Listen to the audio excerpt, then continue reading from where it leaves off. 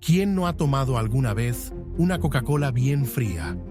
Esa burbujeante bebida, tan familiar en nuestras vidas, oculta una trayectoria con un toque de leyenda.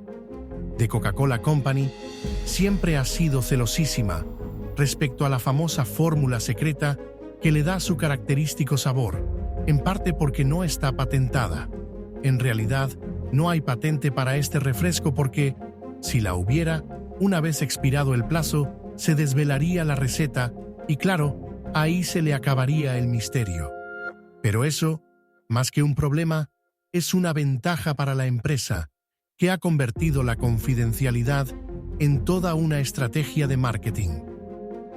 Un detalle curioso es que, según algunas historias extraoficiales, la compañía solo permite que un puñado de personas conozcan la receta completa y jamás viajan en el mismo transporte para evitar que un accidente lo arruine todo.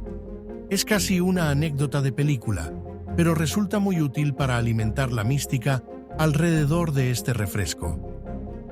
Para que vean hasta qué punto existe esta obsesión por mantener el secreto, basta recordar aquel suceso de 2006.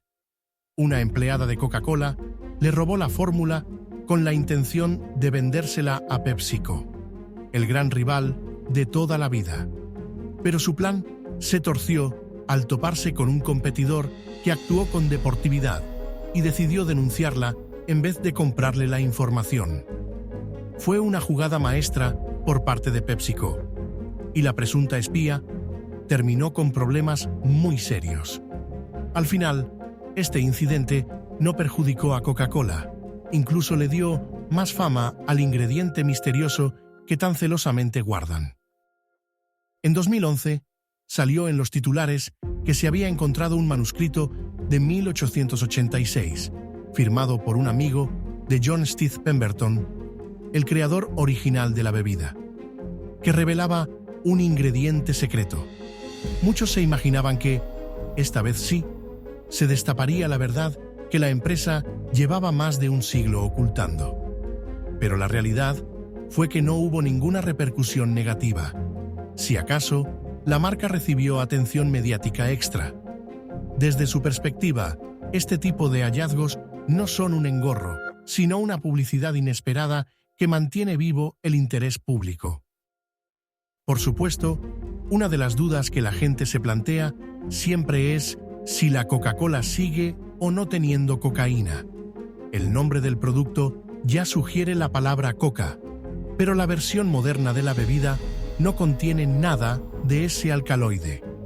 Lo que sí emplea son saborizantes procedentes de las hojas de la planta de coca, que llegan a Estados Unidos mediante un proceso completamente legal. Un tratado internacional de 1961 obliga a que las hojas se importen sin alcaloides. De modo que, aunque la planta esté presente de forma indirecta, no existe efecto psicoactivo alguno. Es cierto que, hasta 1903, la Coca-Cola incluía cocaína. Su inventor, de hecho, la creó buscando un sustituto a la morfina, sustancia de la que él mismo era adicto tras haber combatido en la Guerra Civil estadounidense.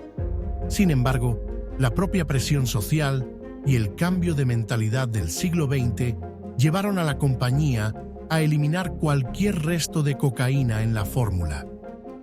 La historia de John Stith Pemberton, el farmacéutico que concibió la bebida, es un relato que vale la pena repasar. Nació en 1831, en Georgia, y a los 19 años ya había obtenido su licencia para ejercer como farmacéutico. Todo marchaba bien en su vida, hasta que estalló la Guerra Civil de 1861.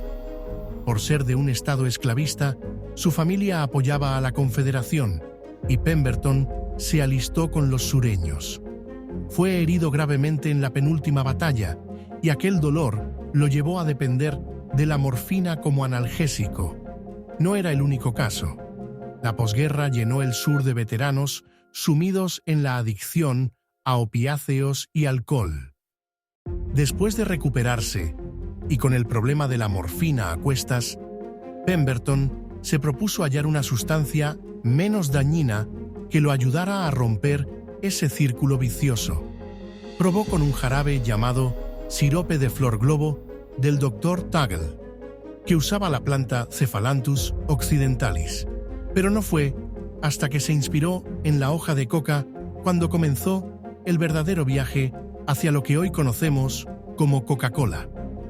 En aquel momento, a finales del siglo XIX, la coca se movía en un limbo legal.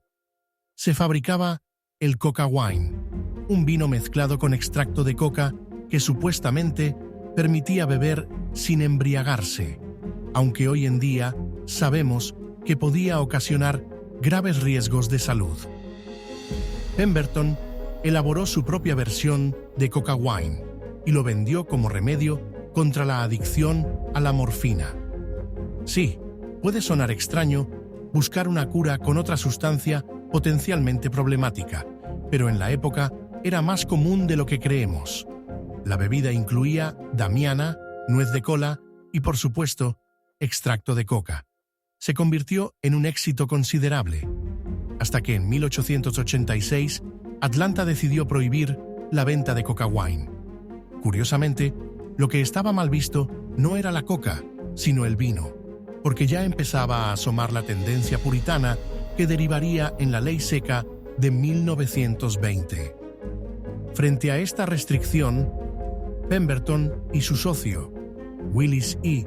Venable, se pusieron a buscar una alternativa que mantuviera el sabor distintivo, pero sin el factor alcohólico. Así sustituyeron el vino por jarabe de azúcar y en una de esas mezclas improvisadas añadieron agua gaseosa.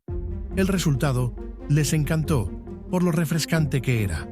Frank Mason Robinson, el contable de Pemberton, propuso el nombre de Coca-Cola, tomando la coca de la hoja y la cola de la nuez, además de diseñar el logo con esa tipografía curvilínea que más tarde se haría icónica.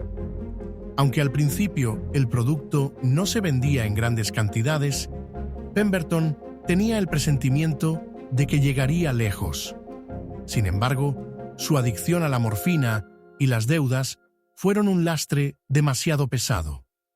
Vendió los derechos de la fórmula a varios socios y finalmente un farmacéutico llamado Asa Griggs Candler se hizo con el control definitivo. Él fue quien fundó The Coca-Cola Company, mejoró la estrategia de marketing y a partir de 1904 empezó a eliminar la cocaína por completo, primero usando hojas de coca ya exprimidas y después materiales sin alcaloide, para evitar cualquier controversia. Con la introducción de la famosa botella Contour, uno de los envases más reconocibles del mundo, la Coca-Cola pasó de ser un refresco local a un fenómeno global. Y a lo largo de todo este trayecto, la empresa no ha dejado de cultivar su imagen de bebida con un secreto irrevelable.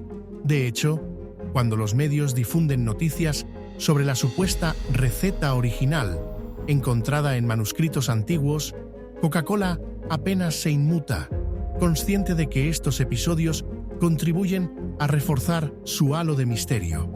Al fin y al cabo, cualquier rumor que rodee a la marca, aunque hable de cocaína, suele traducirse en más curiosidad, más atención y, en definitiva, más ventas.